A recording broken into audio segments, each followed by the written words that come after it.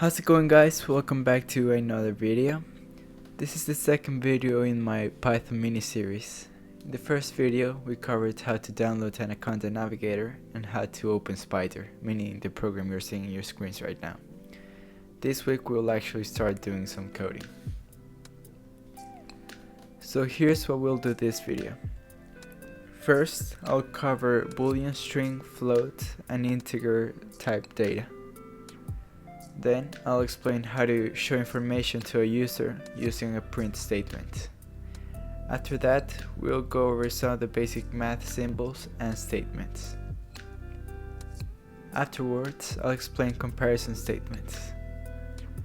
And finally, I'll explain how to use comments throughout your code. I know this might seem overwhelming right now, but trust me when I say that you'll understand a lot more at the end of this video.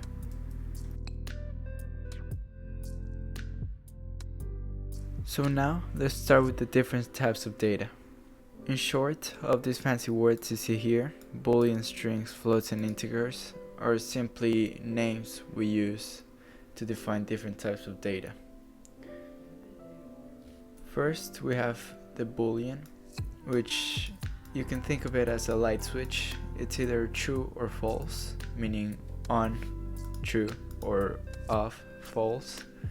Or in case some of you know binary, you can think of true as 1 and false as 0.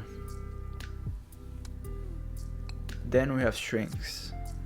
When you think of strings, just remember that anything that is inside quotation marks, it doesn't matter if it's a word, some weird characters, or numbers. As long as it's inside quotation marks, it's gonna be a string. Then we're moving on to the actual numbers. So there are two types of numbers. First, integers, and then floats. Integers are any positive or negative number that includes 0, which don't have any decimal places.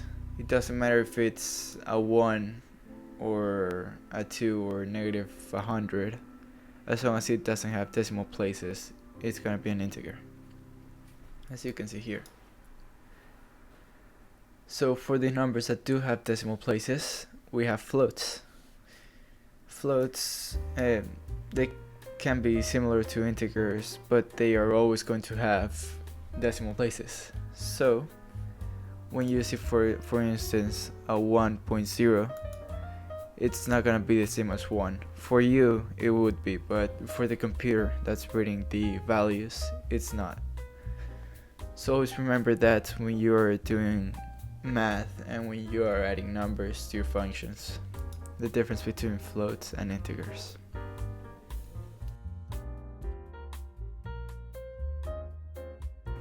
Alright, so now we're gonna cover print statements. Print statements will be used a lot throughout the course. Print statements are simply a way to show information to the user through the user interface here on the right. To use a print statement, you're just gonna do print parentheses, and inside the parentheses you're gonna put what you want the user to see.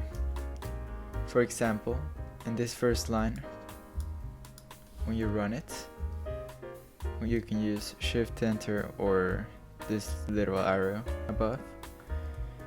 You're gonna see that here on the right, the user is gonna see what you put inside the parentheses. What you put inside the parentheses, it can be any of the information or types of data above, as long as the syntax is correct. So as you can see here, you can also do it with floats. You can do it with booleans, and you can do it with integers. You can also combine the different types of data you use. So for instance, when you type the word 10, and then put a comma and say 10, it's gonna print out 10. The comma will be replaced for a space and then the second value. But we'll cover more of those types of modifications in future videos.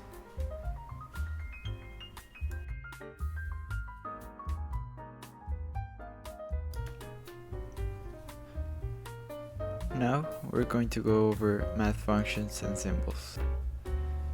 Just in general, this is like the math you know, just with pencil and paper, but we're gonna do it in Python. This will be very useful in the future for anything that has to do with numbers. So the first word that I want to go over are addition, subtraction, multiplication, and division. Of these you should know about. For addition, you just use the plus symbol, subtraction, minus symbol, multiplication, use the star, and division, use the slash. Now if we print them out, you can see what they display. Something I want to point out is for division, let's say this one, where you divide 15 by 3. Normally you would think just 5, but the program will always convert the value of a division into a float. So keep that in mind when you're using division and you want to use integers instead of floats for any specific reason. Now, I want to go into the other functions. These functions are squaring, the square root, remainder, and floor rounding. The reason why I put them after the top 4 are because they use different symbols, and the final 2 you might need some help to understand. So squaring, instead of using a caret like you would normally use in the computer, you're gonna use double stars. So think of it like double multiplication. So this will give 81, for instance. Now square root. At the top I have imported math from math import all, and this is just going to allow me to use certain things that I won't be able to use otherwise. For now we're just gonna use it for the square root. So instead of doing, although you could use squaring by 1/2, you could also import math and do square root like this, sqrt, and then inside the parentheses whatever number you want. Now the remainder. This simply helps you know how many, let's say if you're multiplying or dividing 4 by 2, how many remainder numbers you would have, right? So if you divide 4 by 2, you'll get 0 because you're able to fit 2 times into 2 times by itself to get 4, right? But let's say for instance 5 divided by 3, you'd only be able to get a 3, and then there would be 2 numbers missing to get a 5.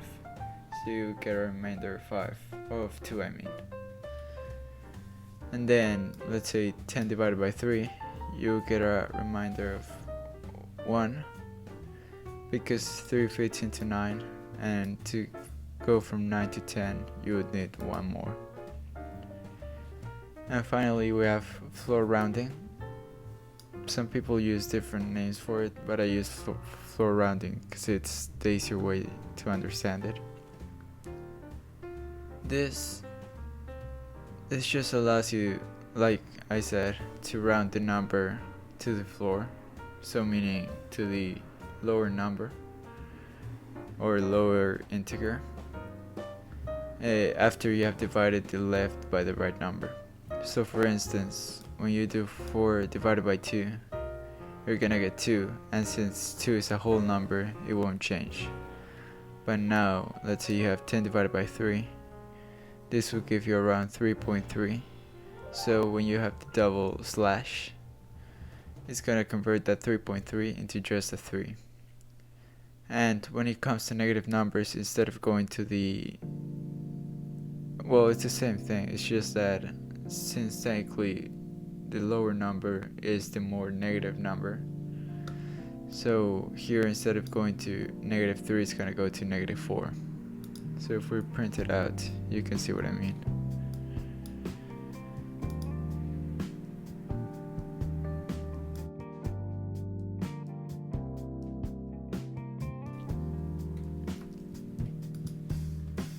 Now we have comparison statements. So comparison statements are simply what they sound like. They're a way for you to compare one value to another. So we're gonna simply go over the comparison statements and how you would ask them as a question. For this first one, we have double equal sign. What the double equal sign means is whether the left value is equal to the right value. So for instance, in this first question we have, is 3 equal to 5? In this case, that would be false or not true. So when you print this out, you would get a false. However, for the second value, we have the same sign, the double equal sign, and we're asking whether 8 is equal to 8. So you print it out, it would be true because 8 does in fact equal to 8. Moving on, we have the exclamation mark with the equal sign. This is similar to the double equal sign, except that instead of being is 3 equal to 5, it would be is 3 not equal to 5. So as long as the left value is anything but the right value, this would be true.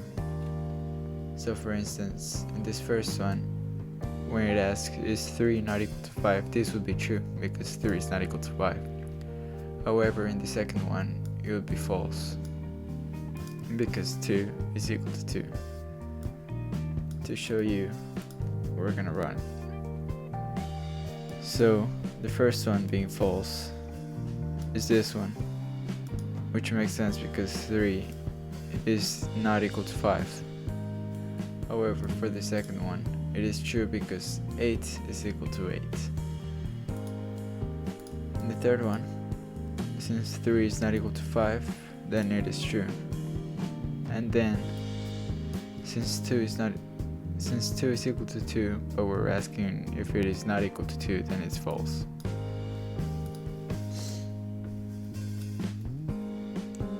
Moving on, we have greater than, less than, and equal signs. These are pretty much as you know them from math class, or you've probably seen them before.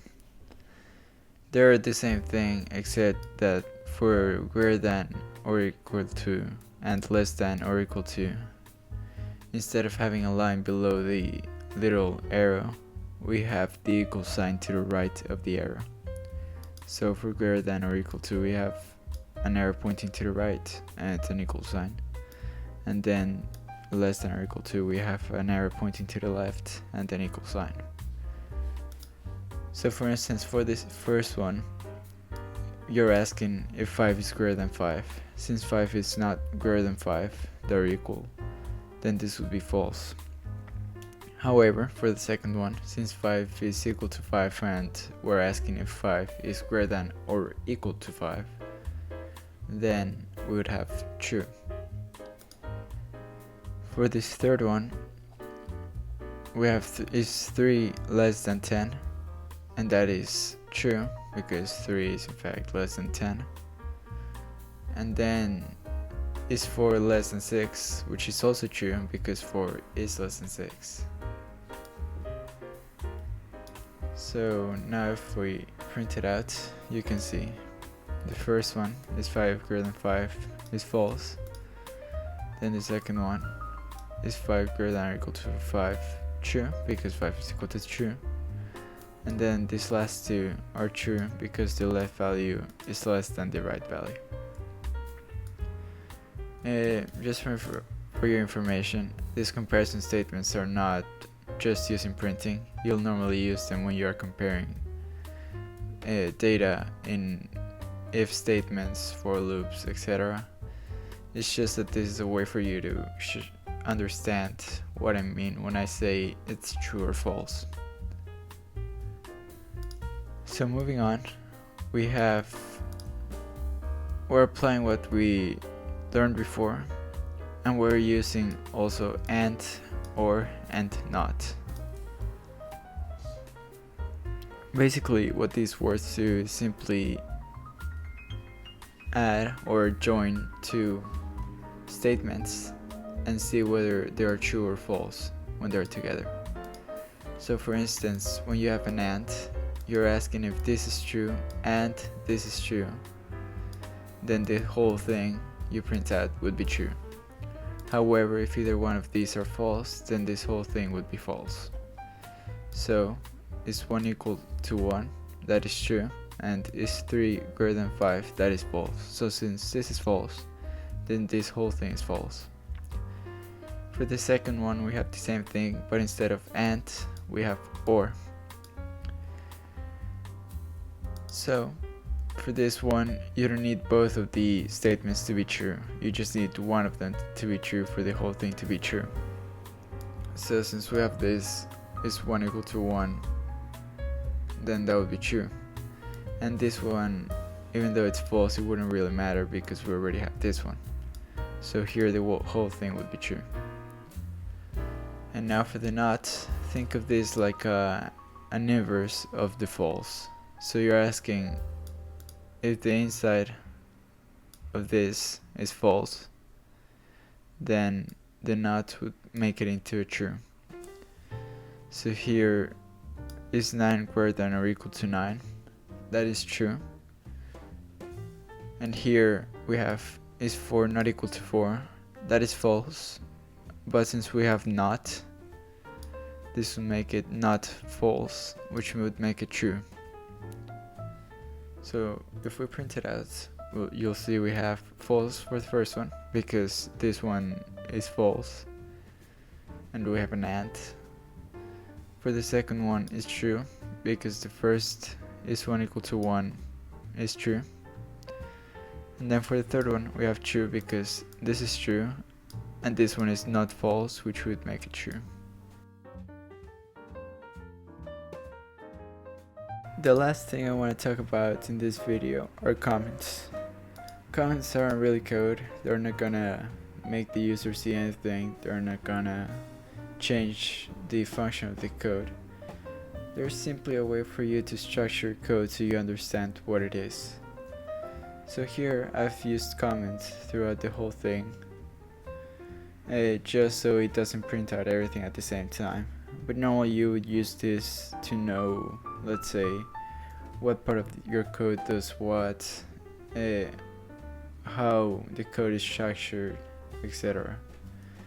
So to make comments, you simply want to put a hashtag and then you can do whatever you want. So here I'm typing this is a comment. You can do anything. You can do numbers, you can do symbols, you can do whatever you want. Like I said, this is simply a way for you to get to see your code in a more organized way.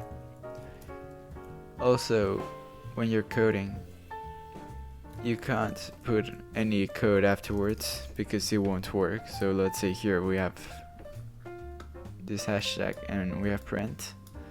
So now if we run it, nothing would happen because this is a comment. So even if I put that, it won't do anything. And now you can see it does if I remove it from a comment. However, if you wanna put a comment after a line of code, you can put it after. Put in, like I said, the hashtag and just type in whatever you want. So here I'm gonna type this is a comment for print, and now it'll still work, as you can see here. Trust me, when you start doing a lot of code and the code gets hundreds if not thousands of lines long, you're gonna be happy you used codes or comments, I mean.